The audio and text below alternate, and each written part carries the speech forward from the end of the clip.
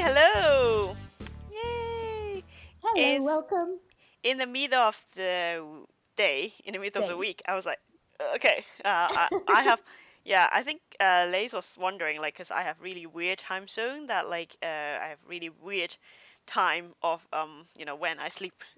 So she has no clue that, like, when I'm sleeping. So, which is good, I think, like, because I only I only know when the Discord status button is on. So when it's green, I know you're around. And when it's not green, I know you probably went for a nap. yeah. So, well, I work in my bedroom, so this is what you get. You can like just you crush on your bed and have a sleep and have a nap. So, yeah.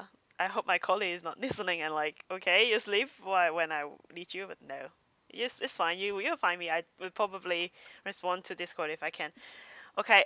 So that now I think we can just jump into our agenda. No, like it's not a meeting, so it's not agenda, but like the chat today, because like we have quite a lot of things. You can see like quite a lot of tab there that we're gonna talk about. So first of all, I went to this meetup yesterday. That is super cool.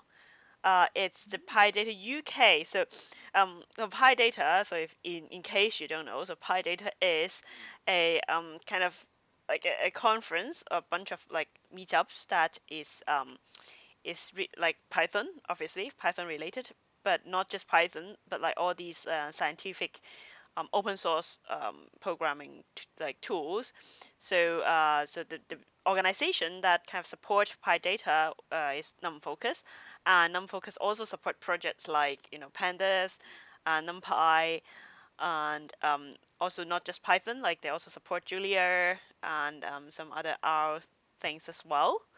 I think there's like a open science R or something Yeah. that that they support. So there's quite a lot of projects that they support, and if you do data science, you probably use some of them. So please, if you don't know, I would recommend you go to look for NumFocus and PyData. So they have really like all these like cool project and also cool conferences that I think yeah, I really want to support them because I use a lot of these tools, and I think is the best way to give it back. I think is to be part of the community and help help other organize a meetup if you don't have a chapter in your. So actually you can check. So this is actually organized by PyData Manchester, but if you click on this and then click on this, so you can see that PyData like worldwide got 172 chapters. So like you can find one near you if you're not like in London. There's one. That's the one that nearest to me. But you can just check whether there's one near you, and if there isn't anyone, you can get in touch with them to start one. So so yeah, so that's really good. And so yesterday, the PyData Manchester organized these PyData UK, which why is named PyData UK is because they all joined together to organize this meetup. So not just PyData Manchester, I think PyData Southampton and PyData Bristol also be involved, and Ian from PyData London was speaking there. So yeah, so this is really cool, and I think I really hope that they do it again next month. Mhm. And yeah, you can see that non-focus is Yeah. education program of yeah, so like you can check out non-focus and also maybe like join them in the meetup group so you can get the notification if they do it again next month. And this is really cool talk. Like the TensorFlow probability was really good.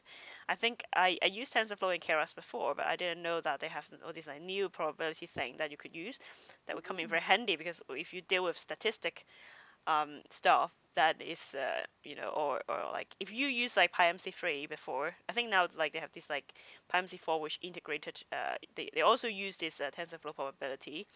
So that's a really good tool. And Ian's talk about like all these crazy stuff you can do with pandas to make it like super powerful. And like also like I think he put all the details in his book as well, so check out his website. I think you can just Google him and you would find the information there. So that's the PyData like meetup that I went yesterday. So Cool. That yeah. looks awesome. are you involved in PyData like in anyhow? I am indeed. So I'm the co-organizer of the PyData Dublin, so the Dublin chapter of PyData. And we're super excited as well because we're starting a new season of talks as well. Ours are going to be on Mondays, so we're starting at, I believe it's going to be around 7 p.m., and we're doing a few Monday talks throughout the summer, just heating up the drums a little bit. So I think that initially we have a really cool talk on data science and COVID. So we know that after this lockdown, that's going to be one of the most common subjects in any talks everywhere, because everyone is going to want to be doing loads of research on that. Yeah. Um, well deserved research anyway. Right. So yeah, if you enjoy PyData, so like this is good news. So because like all the other conferences, so PyData also have a global conference that would be like it would be just like if you have been to any like PyData conference, it would be just like a PyData conference, but even bigger, and it will be online. So it's like it's PyData global, and of course, if you're organizing such a big conference, then you obviously need lots of people to work on it. So they're now calling for committee. I think it ends this week. So please go to so you can actually, I've retweeted. So if you go to my Twitter, you'll be able to find this tweet by James. And so you can also check out the form, check out the vision. If you agree on that, if you're interested, then you can apply through the form. So that's something that if especially if you're using any of the projects that non-focus support and or any like scientific computing um, you know, the tools that I think this is your way of giving it back. So you can either, maybe ask your company to to sponsor, like, to give financial support, or if you're just like one person, but like you can actually help a lot by joining the committee. So yeah, so that's something Yeah. that I want to talk about PyData. And the idea of a global Pi data as well, it's so exciting. Imagine the size of Yeah. it. Imagine how much cool stuff happening. Yeah, so you said PyData Dublin is going to have new talks, right? So it's going to be the first one. It's next. Is it next week or the No, week not after? next week, Okay, the week after. Yes, cool. it's the Monday week. Yes, I'm still finishing some details and setting up exactly how it's going to be. But yes, it's for the 18th. Yeah, I think you should totally put this in the Slack group of the PyData Slack group, and Oh, yeah, and then the organizers in the UK could help you to promote because it's online. So if we are in the same time zone, there's like also good for people to join as well. So I think that's something that we could do. So we can talk cool. about Yeah, that in details afterwards. yeah, absolutely. Well, thank you for the tip. Then I'll have a look at that. Thank you.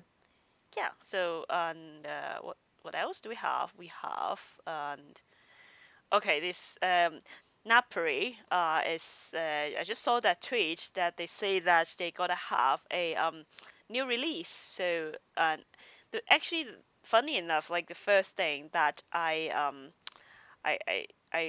like how I know about this is that there was some actually I saw the tweet on Twitter saying like, oh, these like Railgirls program that they want mentors in Python. So I was like, that's interesting. That's like I don't do Rails. Like even though I do a little bit of Ruby just for like to hack around Jekyll, but like I never do Rails. And like okay, they are looking for Python mentors. So I was like, okay, I would have a look.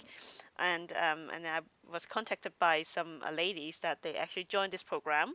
They want to start contributing to this library, and they want someone to maybe with more experience in Python to help. So I was like, okay, if I can help, yeah.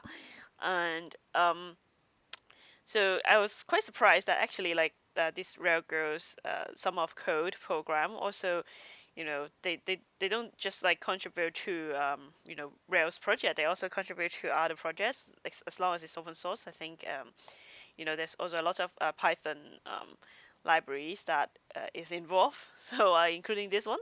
So Napper is like a really really good tool for for it's like an image viewer, but it's like for 3D and it's interactive. So I think I've tried a little bit, and then you can like actually I will talk a little bit more about that in the PyPI highlight. But is they have the new release, so it's like so it is a big jump because like they were like in open 2, and they have all these like new cool stuff that that is implemented, and actually they're developing quite fast. So it's like since 6 months, Sick. and then they jump, because like for some projects it could take even longer. So they're doing very well, and yeah, I think I won't talk about it too much right now, but congratulations. So it's to have this a new achievement of releasing open 3. So we will have a deeper look on Napoli afterwards. So I'm looking forward for it because I'm curious now about 3D images and well, yeah, I wait. It's okay, I wait. yeah, it's actually like multi-dimensional, so it's not just 3D. So it's especially useful for scientific work. You know, um, so yeah, it belongs to science because like sometimes you have a graph or like some something that is multi-dimensional. So it's like it's really good to deal with it with Mm-hmm. with this tool. So I'm thinking about this stuff because I don't know if you remember when we were talking about the Python in space and all the visual libraries that Heather was using for Haley, sorry, was using for rendering space images, and she was saying that some of them would have a little bit of a delay, and some of them would like the libraries would be a little bit difficult to deal with because of the multi-dimensional imaging. And I don't know if they actually use this library, but it sounds really interesting. yeah, and we will have a deeper look afterwards. So that's good. Cool. And news from EuroPython again. So Absolutely, yes, because we're yes, all over EuroPython. yes, and our beloved Naomi is coming to give a keynote. I think the last time she gave a keynote in EuroPython was 4 years ago, so it's been a while. So so that's good. It That's makes it good. even more exciting. Yeah, because like we have all seen like her talk, and also I've joined her stream tutorial last Friday. Like she's an amazing speaker, and so yeah, so that would be great. So yeah, if you haven't get the ticket to your Python, I think go ahead and do that, and follow your Python, get the newest news, and I think that there will be more to announce soon for the keynote speaker. So yeah, so Keynote speaker. And I think there is a few other news on CFP coming as well, but more on that when it's actually official. oh yeah, yeah. So there will be more news coming out because like we are in the committee, and then there's a lot of work going on, and so pay attention. So the best thing to do is to follow the Twitter, and or even you can follow their blog. I think there's a Tumblr blog, but I don't use that so much, so I just use Twitter to follow all the news, exciting news, and um, yeah. So we have like 3 minutes. So I think Lace want to talk about this because this is not Python related, but it's a game. It's a game that is called Vim Adventure. So what happened is like, cause I think so there, there's this is actually recommended by Michael. So I guess 2 weeks ago that we were just like having a conversation about Vim on Twitter, and I think I mentioned that I'm not very good at Vim, and then he kind of like recommended a game to improve my Vim. So yeah. Yeah, that came from the IDE's conversation. I mean, I spotted his tweet about talking about his love for Vim, and then I was talking about the joke that we were telling here when we did the showcase, the IDE showcase. When people are saying that the only thing that you need to know about Vim and Emacs is how to get out of it. And so then he joked saying that, I mean, I think you replied, and then he said that this is a really good learning aid if you're looking to get into Vim. So yeah, there you go. Yeah. Yeah, it's not Python related as you pointed out, but it seems so much fun. And come on, there's a princess over there. Like, Okay. Well, I will check that out like afterwards. But yeah, it's actually look cute. It look cute, and yeah. So I think without further I ado, think it. I think we can, yeah, you're looking forward to watch this interview because I think for a lot of people, we use Python, but like we use, at work or like for some reason you use Windows. So I think Lace, you're using Windows as well or Linux. Yes, I use Windows. Yes, Yeah. I tried to migrate it into Ubuntu, but it really work because of the timing. Yeah. So Anyway, using like Python on Windows was not not a thing that you would be proud of in the past because a lot of active members in Python community and using either Linux or like me using Mac, which I think like Linux is the majority, but yeah, and then like Steve, he is a C Python core developer, but he also works for Microsoft, and he contribute a lot to help integrating the Microsoft system and also like Python environment, and like it helps a lot of people who use Python on Microsoft to have a better experience. So yeah, let's start the interview, and then we can you can see what he says.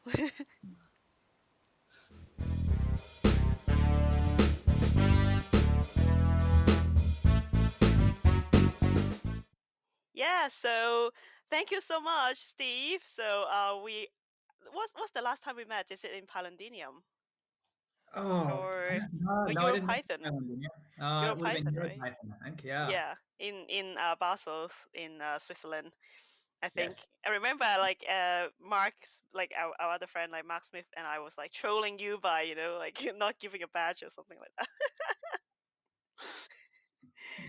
So nice to me. So nice. Yeah, This is why yeah. I haven't seen you since then. Yeah. You've been avoiding me. No, but actually, you moved closer. You moved to the UK. I have, Not yeah. because of me, for other reasons. But I mean, like you chose the like at least you chose the better part of UK. You're in Scotland, and I'm I, in England. So still, I mean, there's plenty of room up here. You're welcome to come up and join me. Oh yeah, well next time if like this year even the Edinburgh Festival was cancelled, so nothing's happening this year. So Yeah. not going to Scotland. Okay, so yeah, like I know you since I think the EuroPython in Edinburgh that was 2017 or 18, Uh, 18 I think. Yeah, I don't remember. yeah. I feel like like since we have been to a lot of conference, we feel we feel that we lose count of things. But Yeah. anyway, like I think maybe the viewer that like don't know you yet, like they could be newbie in Python and they haven't met you at the conference, so maybe you could introduce yourself. Yeah. Yeah, absolutely. So my name's Steve Dower. I'm a core CPython developer, and I'm one of the Windows experts on the team. So if you come in reporting an issue to do with Windows, chances are I'm going to be the one who gets notified about that and asked to come and take a look. So you most likely interact with me on our bug tracker. I also have the job right now, and it gets passed around occasionally, but I have the job right now of doing the builds. So all the builds for Windows are done by me and uploaded to python.org and the Microsoft Store, and the various places where you'll get it from. So that's my Python stuff. And I also work at Microsoft, who very kindly allow me time to do that. And also I get to work with the people who actually build Windows and a lot of the tooling. So it's helpful to have that inside connection with a whole lot of this stuff as well. Yeah, that's funny because I met Steve like in EuroPython, and then we kind of talked to each other because I was complaining about Windows 7.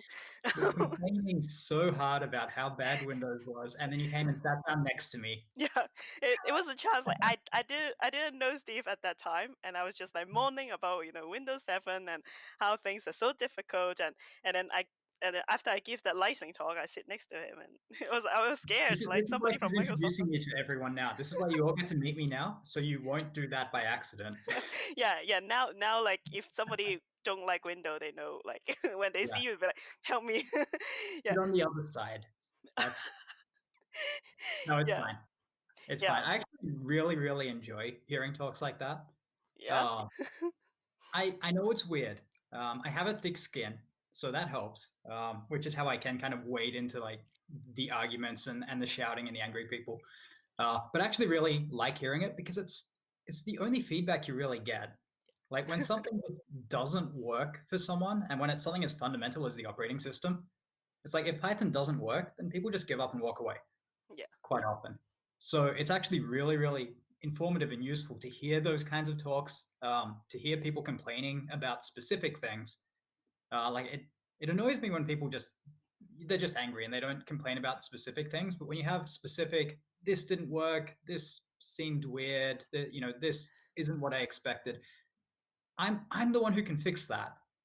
Great. Like when I hear that, I go, great, I can do something about this. So I really do appreciate those, like people getting up and giving those talks. Uh, Yeah, but let's before we dive into this like Python and window thing, like I want to know a little bit like how you started. You started with like you are into develop for Windows before you go into Python, or the other way around. Like how you become this position. how I became the developer I am. I mean, if we want to go all the way back, I started on an Apple IIe learning AppleSoft Basic. Ooh. But I still have the book for that somewhere. I learned that from a book. Um, and later got into assembly language of all things. My educational background is half software, half electronic engineering, basically. So it was kind of that assembly language level of stuff that I really, really liked. From there, went to university and kind of scattered through a whole lot of languages and ended up at Python in an AI for games course of all Mm. places. Uh, which was a whole lot of fun. Yeah, I Like think the I lecturer had done a great job preparing, that's gave quite us like, interesting because I talked to Michael 2 weeks ago, and then he said that he started Python because he was playing games as well. So yeah. yeah, and I think all the way. Here's a throwback for some old people in the room. I don't want to assume that you remember this. The game Karateka, or Karateka as I called it, I think it's Karateka, was the game that convinced me that I wanted to learn how to program. Ah. And in all this time, I've never actually remade it. I probably could at this point, and I never have, and I really should. Ah. But that's, yeah, really old game there. If you can find that, that's Yeah. But you just fun. got the biggest distraction, right? Python. So you kind of go the other Yeah, way. so I got into Python and Yeah. was developing in that, and eventually got the job at Microsoft on what was the Python tools for Visual Studio team. All three of us at that point. It was not a very big team. It was maybe four. Um, but that was kind of the entire team doing Python at Microsoft. So we'd show up at PyCon, you know, Yeah. with four people, maybe five or six, if we found some extras who wanted to come along. And we'd have this big booth with Microsoft all over it. Except we didn't have a proper budget, so we'd like print out. We'd go down to FedEx or something and print posters with the Microsoft logo on it and stick them on the booth, and it looked really janky. And people were like, Yeah. "Are You you the sure? real Yeah. Microsoft?" Yeah. Like you should have budget, right? Yes, like normally you can afford these things, right? Um, so that was fun. Yeah. Uh, and so then I was at PyCon and was in talks hearing people basically say Windows doesn't work well at this, that, and that. And so I was kind of like, well, I can help with that. So How I'm about I not the help? first one. And no, you're definitely not the first one. Okay. That's and yeah, just simply volunteering to help out in an area where there was a really big need, and everyone knew there was a really big need there. Like it wasn't um, you can come in and be like, I really, really want to, rewrite the core runtime loop. And the Python team is kind of going to be like, yeah, but we don't need that. I came in and said, I want to work on stuff related to Windows. And they were all like, yes, please. Yeah. Yeah. So So, is it still true that like you're the only guy in the team that works on Windows stuff, or is it changed after several years? And well, I mean, there's always been a few. There's always been a few. There's not really been anyone kind of full time like I am. And even then, I work on things that are not Windows specific or that are outside of that. But there's a number of people who spend a lot of their time working on Windows, even if they're not necessarily fixing Python stuff on Windows. And there's people who quite happily switch between operating systems as needed, particularly for testing. various things. I know there's a few people who have Windows just so they can test their Python stuff on it, which is great. Very, very happy that that's the case. I also know there's a few people who will not touch Windows even to test their Python stuff on it, which is a little unfortunate. But everyone has their lines and their limits, and it's a volunteer project, so you contribute what you can. If something is too hard, then you're not actually forced to do it. So I get all sides of it. But there's a few of us. I'm kind of the most prominent, outspoken one. Yeah, I feel like now, since I know you, and now be like, if anybody have problems, like if you're using Windows and you have problem with Python, just like Steve is the guy you should talk to. And I think that's so true, that like I think what I learned from EuroPython, that like after we talk, that actually now after like a few years, I think like I realize it more, than because the people who are active in the community, they're not window users, or they don't care about window. But in fact, a lot of businesses, because now Python is so popular, they have to use Windows with Python. So yeah, like, do you think like there's actually like a how and then like we can help these people, like, is if they need support, obviously they may not find the answer on Stack Overflow that works for them. So yeah. Yeah, no, it's one of the most interesting things that I've kind of gotten coming at the Python community from a different direction. And I mean, I was using it, developing stuff, and wouldn't have considered myself really part of the community until I was already at Microsoft. Coming at it from that direction, it's you just have a very different set of doors open to you, because certain people will only feel comfortable talking to certain people.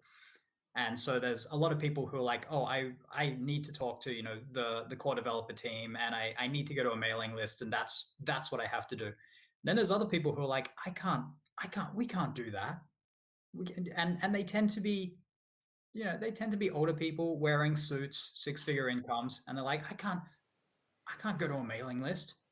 Oh, but I can go to this random guy from Microsoft and talk to him. And I've had people come up, chat to me about all sorts of things, and I'm sitting there kind of scratching my head going, you are the biggest bank in the United States, and you think you can't just go up to Guido and start talking to him, but you can talk to some random guy, Mark. So I've gotten this very different perspective of who's using it.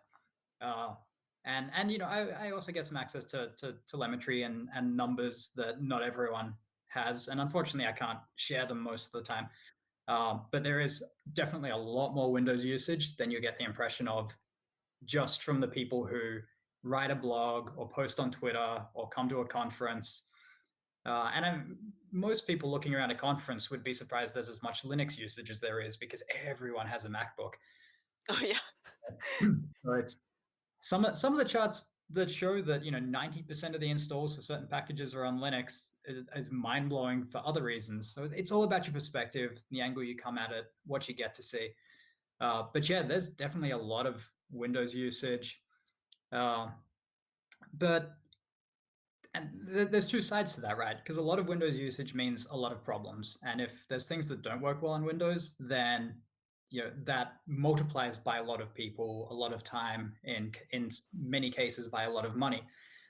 But at the same time, it wouldn't be that big a problem if people weren't actually able to use it in the first place.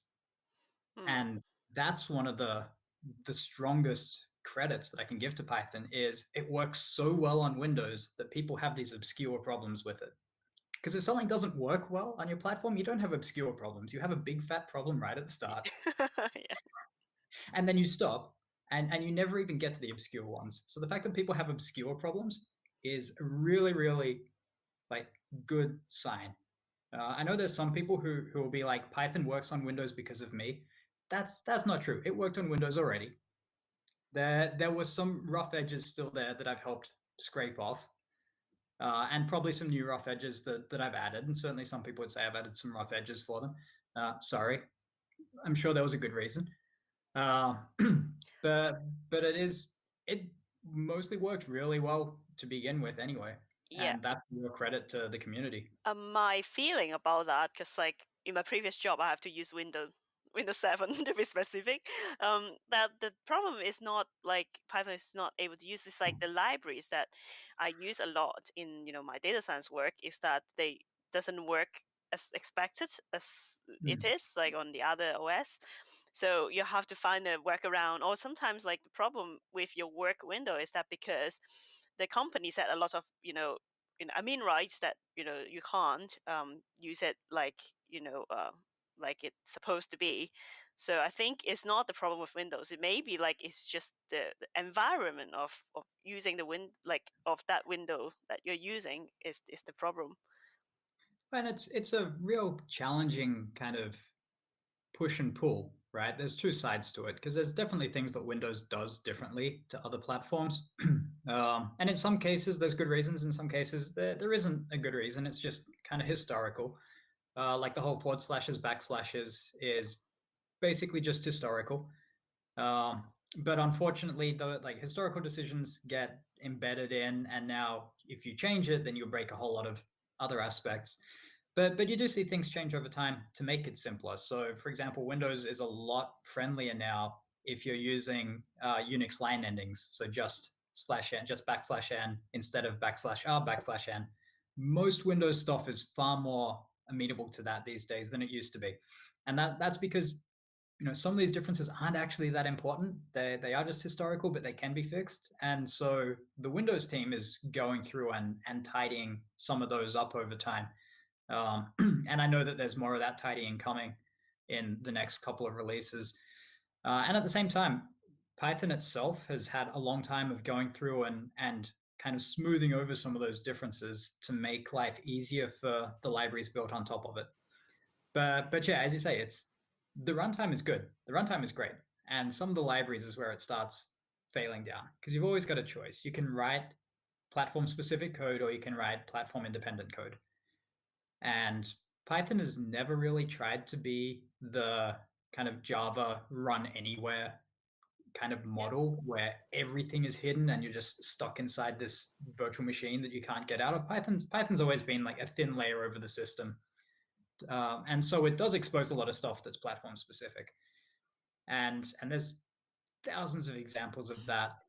But there's also a lot of ways that you can avoid that if you're coding with the right things. So the easiest example is, yes, you can use the string functions to do paths and put forward slashes everywhere and use .split on forward slash and concatenate with forward slash. And that's very platform specific code. And Python also has pathlib and the os.path modules, which Yeah, will do the same things. yeah, it works everywhere. That's But one it of the works things that I everywhere. like most. Yeah. Yeah. So for absolute beginners, because I also run workshops for absolute beginners, I know that there will be a lot of Windows users in that group as well.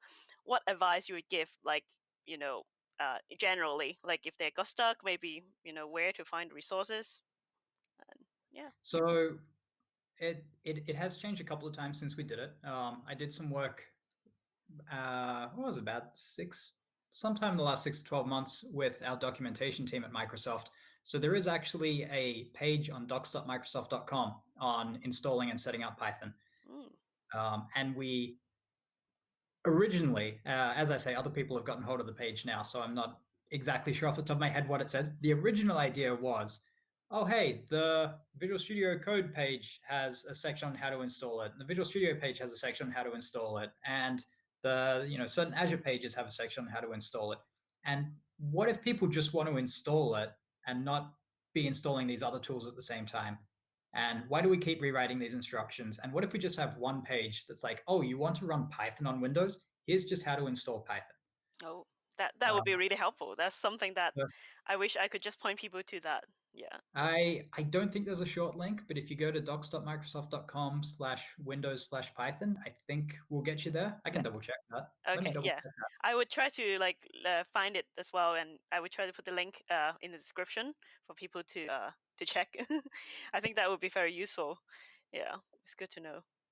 Yeah. And So, okay, yeah, this page has changed again, but it seems to still be the same set of how-to guides, right. how to get Python set up. There's a set of frequently asked questions in there as well, just kind of Yeah. things like I would find myself answering all the time. It's like, why isn't there just an answer on the Yeah. internet for this?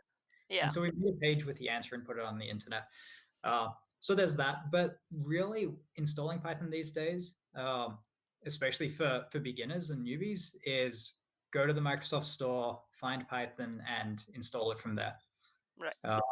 That is a project that I spent some time on. That Microsoft actually gave me extra time to work on that because we want it to be easy to install on Windows. People run into problems trying to install Python on Windows, and that makes Windows look bad. So they're like, how can we help with this?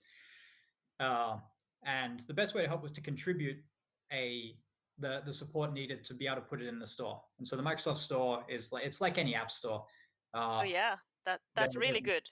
Like, Yeah, cause I'm using Mac, and you have to install this and that. Is like one step, like each. Yeah. So Yeah, easy page to find. It's got all the screenshots and the logos and everything. You click install.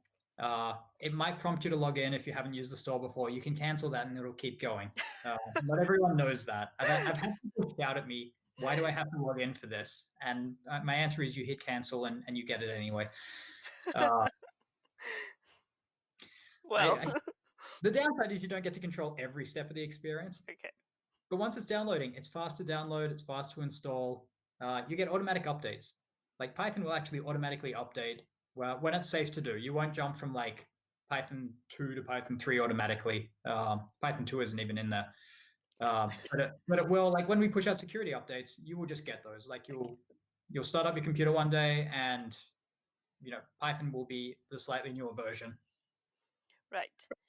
So I think we have talked a lot about Windows on Python. So like I would take it a little bit to the side that like, because at the beginning I think like I said that you have moved. Actually, before that you have visited like quite a lot because you go to EuroPython, you go to different conferences. I think you have been to Python Ireland once as well.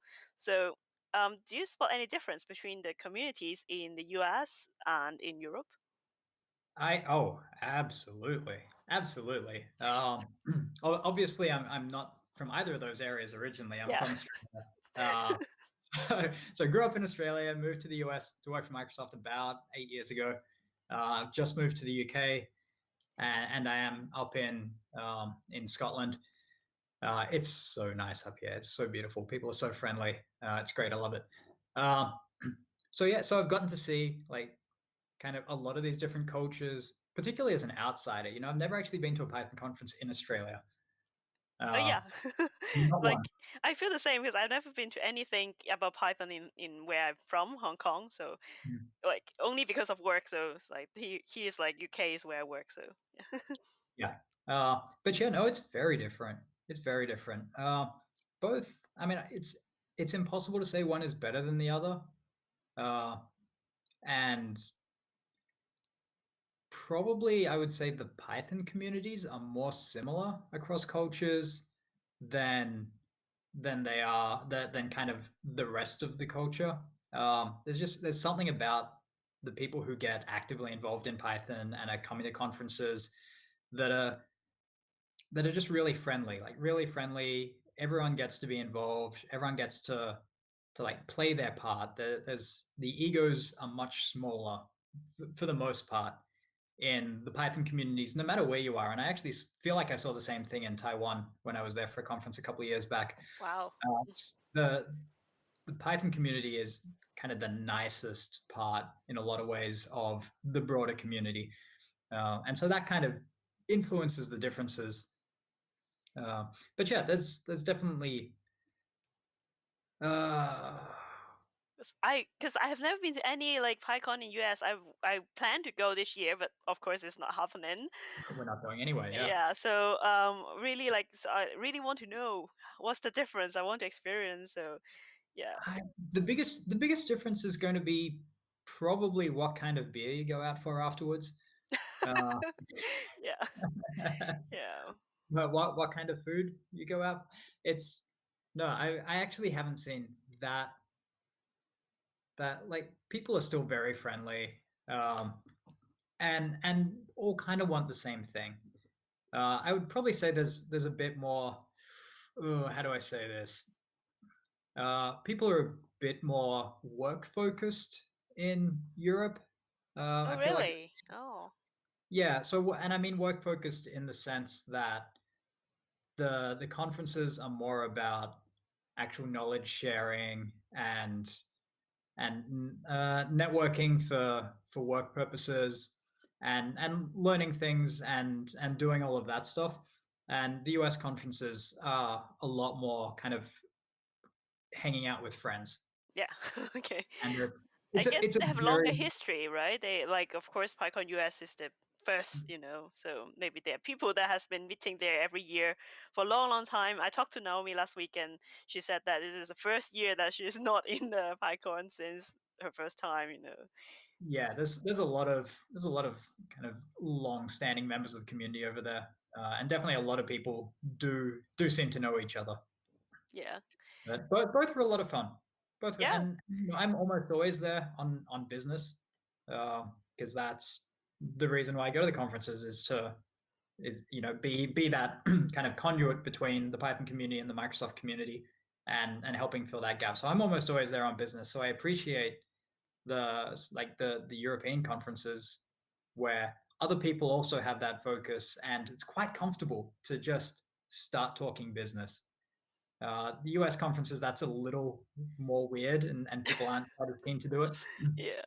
But Uh, I see Microsoft booth like everywhere in all the Python conference, so I think we got a lot of support from Microsoft actually. I, So yeah, the best thing I've seen happen there over the last really 5 or 6 years, I don't have to go to all the conferences anymore. It's like we have a massive team of yeah, people doing Python stuff. We have a lot of massive teams of people doing Python stuff within the company now that we didn't used to have, and it's great. It's great. For like as I said, I think we were recording when I was talking about the booth where we printed out the signs. Was that before we started recording? I can't remember because we chat before the recording, but We yeah, did. that We really like shouldn't do that that. booth is Don't totally like not like it look really like fan art or something. It's not doesn't look like you have the right budget to do it. But we're a legitimate Microsoft booth. We just had to go to FedEx to print out the sign. yeah, Um, but no, like that was where we started, and to have gotten to yeah. the point Oh, where now you got amazing swag. Trust me, if you see a Microsoft booth in any conference, go there and get the swag. yeah, come and take out our t-shirt. We're getting awesome. Like we just have so many connections. We've got such well-connected people like doing these things now. Like people like Brett Cannon, Nina Zakharenko. Um, uh, why am I blanking on? I have a face and I'm blanking on a name right now. I'm very sorry. I'm going to go apologize to someone on our internal chat for forgetting their name. Oh, But we have people who are out there and are known and have connections who can pull in uh, really build the engagement in a way that is very exciting. And yeah, it's come a long way since since I started doing it there. yeah. So I think at the end, I would like to like ask. I always ask the guests, like, what do you see the future development? Like, I know that if you compare now to like even a few years ago, that uh, like using Python on Windows has been like much better. So do you see any like future like or any plans that you can tell us that is going forward? Oh, It's a difficult question. it's a So, difficult question yeah, because there are a lot of plans, and yeah, I'm not actually sure which ones I can tell you. yeah. Well, Um, one thing I can definitely say is there will be PyCon US is kind of going on at the moment. There's things being released, and there will be a blog post from Microsoft coming out that's going to have a lot of what we just talked about actually in it. Everyone wants to ask the same questions, like yeah. what's Was going on. yeah. Uh, but that has some more stuff listed in it that's really interesting. I think we're actually going to see a really strong push for Python in education. Uh, That's good. Good to hear. That's I always good. think, Yeah. yeah, I mean, it has more than proven itself as one of the most accessible languages for people who are learning to code. And we've seen it in kind of our own things that we do. So we have Make Code, we have Minecraft Education Edition, a number of kind of educational focused tools where Python has shown itself as a real positive way of engaging with students. And so I think that's going to keep growing. That's good. That's really good to hear, because I think this is where we want to have more Pythonisters. So if it's a language that everybody learns at school, then obviously it would get more. It's better for the community as well. So, Yep. right. So I think it's a really good chat. I wish we have more time, but I think because we gotta fit this in the stream, so we ain't gonna be too long. But yeah, I hope that I would see you very soon, maybe in another conference, or maybe if I have a business trip to Scotland, I can get in touch. And yeah, Yep. Come and drop in, or yeah, I'll come and drop in on you when we're finally allowed to travel again. yeah. But I'm sure that like when it got when things get to normal, we have lots of conference in London, and you're now closer now. You can come here. I will definitely be there. Yeah. Right. Okay. So thank you so much, and Thank you. bye. Bye.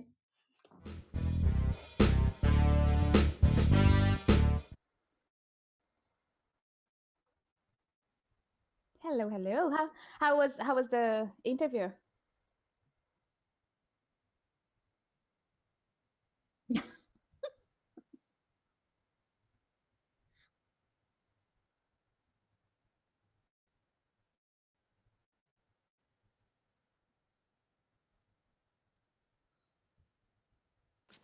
Hey, sorry, I forgot to mute.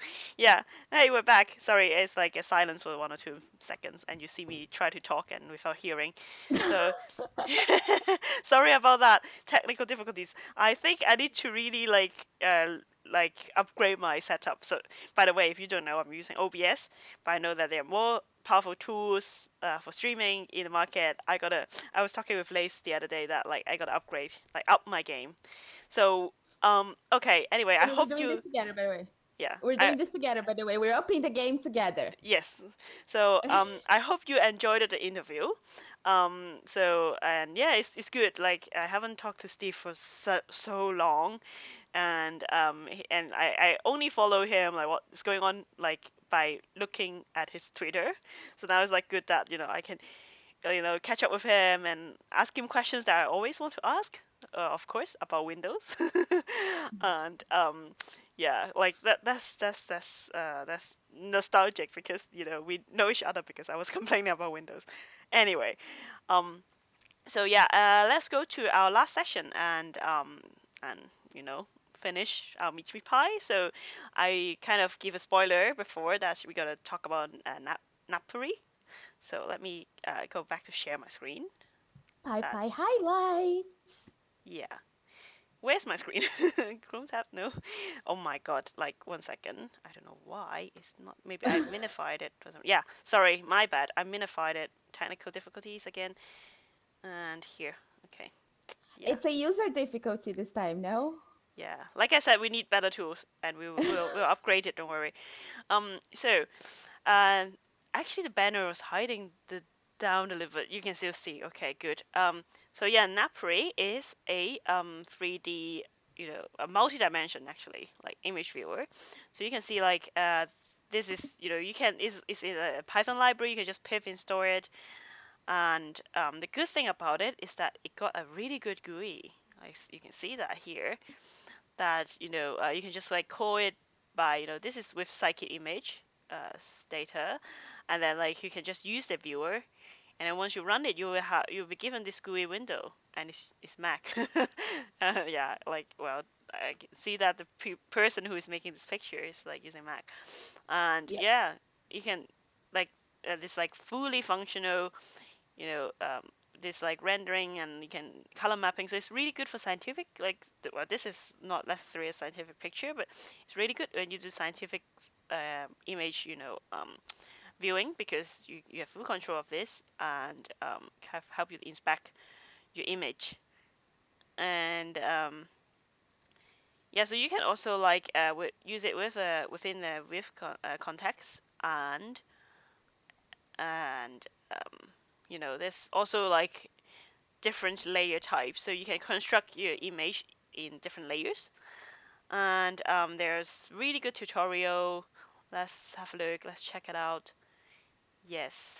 Uh, So yeah, you can see this is more like the real thing. It's like scientific stuff that you have.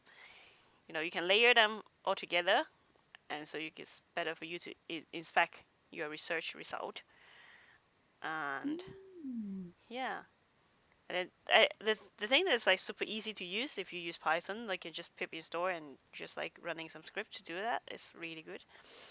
Like let's go to maybe some galleries. You see, this is like really good. Like for example, I think these are the scannings of some I don't know what this is, but like obviously some scanning, like maybe from the electronic microscope or something. Mainly scientific stuff, or maybe you can view some stuff that I think this is like a microscope thing. It really looks like, yeah, this one looks like a microscope thing. So let's have a look. Yeah. Yeah. A microscopical image. Oh, it's Yeah. a tumor. Yeah. So Oh, you cool. also do some highlighting for you, I think, because you can do that with the script. I Yeah. wonder if it would Yeah, it's like do 3D. You can turn it around. You can kind of, yeah. ah, neurocalcium imaging data. Yeah, I did a little bit of a project. I mean, we were not using any libraries or anything for image processing, but I did a little bit of a project on identifying Oh, this is super cool. This is almost like a 3D the MRI scan. This one. yeah. Yeah. So yeah, with cancer cells. So we're just looking at cancer cells and what would like differ them from healthy cells. I wonder how that would help on that analysis. It's a Yeah. super cool library. Yeah, it's really good, and it's in Python. You'd be surprised like what Python could do. See? Yeah. And even geospatial. So I think this is like some satellite image. So yeah, this is like That would be interesting as well for oh, GIS. settlement data. So it must be yeah. I think I've seen these data as well.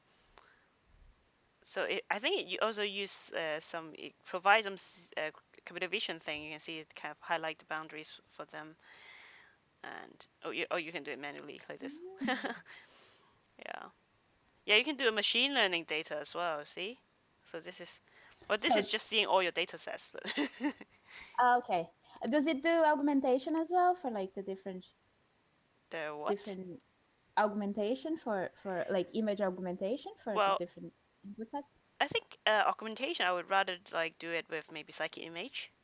So, but this is part of the script, right? You just do like view equals to something. So like in your script, in the other part, so you can do the augmentation, and then you can view the result through this one. So yeah, that's super cool.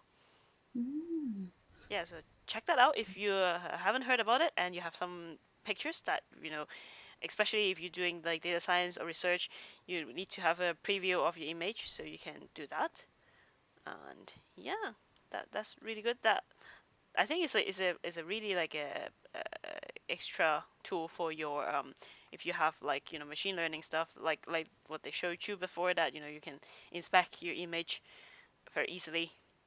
So yeah, that's me. And see what's going on. Yeah, that's super cool. Wonderful. And yeah, and I think Lace, you want to talk about Catrow? Yes, I do want to talk about Catrow. There's nothing to do with the fact that I just got a job with them. Uh, Perfect. So, Catrow is this Python library, so mostly focused on data science and machine learning pipelining. So it's basically a best practice library. So it just helps you. It help the main initial thing is to help you deploying code ready for production at all times. So it's just making everything a little bit more streamlined, so it's a better development of workflow. Um, then I saw some people talking as well about how it was helping them setting up the workflow of the actual software. So where does the data go to? Where is it comes from? How does it flow? So you can see that on a graphical representation. It helps a lot when you're developing. Yeah, so Catrow this. So this is your pipeline, right? Your data pipeline. Yeah. Yeah. Yes, exactly. So that would be the pipeline. I don't understand that well how it works yet, but it seems very useful for large data sets and on machine learning projects and data science in general. Do you use Catrow? I know Catrow because we did a London Python sprints with them, and I try to work a little bit on the test. I would say that this is one of the most tested uh, library. Like they have a full coverage on the on all the codes. They have 100% coverage, and then there is a ticket that they want to like sometimes you have a branch or you have if and else, right? So they want to test both cases to cover that even more. So I was like, okay, I would try to do that, but like it's just I have a feeling that this is super tested, and like because I write a lot of tests in my work as well, but this is like a level that I think is gonna be very difficult to compare to achieve. And what I like about them is their logo. So I got some stickers from last time in sprint. So Lace, maybe in the future if you have any swags, let me know, and I really want them. Absolutely. um, By the way, Terminus DB owes me a pair of socks. oh really? I'm I still would let waiting. my Yes, colleague know. Okay, they will send you a pair of socks. I'm still waiting. The cow duck on Twitter promised me a pair of socks to match my Terminus DB cup and my Terminus DB T-shirt, and I'm still waiting for it. Right. Okay. We'll definitely give you a socks, and then so you can show. I don't know how you're gonna. Are you flexible? You need to put your feet like in front of the camera to show it off. So, but anyway, um, yeah, Yeah, um, T-shirt, cup, and socks all in the same. Yes, that's yes, that's the goal. Keep watching Meet Pie, guys. That one of these days I will show up with all my Terminus DB swag gear. It's gonna be incredible. yeah. But anyway, like if you do machine learning projects, then this would be a very good because like especially if you work with a team in a commercial project, then usually you have you work with lots of people and the data coming in and out could be a a mess. So having Mm. a library to help you to control the flow of of the thing would be really good. And maybe in the future we can do some crossovers, see like how you can use Catrow on Terminus DB. So like That'd be you will have a amazing. perfect perfect governance of your data and your machine learning project. Yes, you'll be able to see where how your data is being, and that's gonna help you building that application much better. I absolutely love that idea. We'll Yeah, talk about it later. yeah. So stay excited, I think, and check out the projects that we talk about, Napri and Kedro. So both of them kind of like related to machine learning stuff ish. But yeah, check that out. There's so many cool stuff in Python that we still have to discover. If you have any suggestions, like I always said, uh, send find us on Twitter, tag us, put your put your suggestions in my Twitch. There's a suggestion box there available. Um, yeah, just let us know. Or even if you're watching this on DevTool, you can also I think you can start a discussion or give us a comment, so we would know that like what you want to learn about, or you have any cool stuff you want to share. Let us know. um, so I think that's wrapped up our Meet Pie today. So Yeah, yeah, I think that's Meet Pie for today as well. It was wonderful, yeah. as always.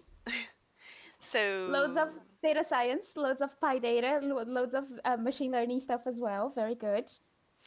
so yeah, next week we would continue to but we need your input. So please give us any feedback. We love feedbacks, and stay safe. And yeah, see you soon.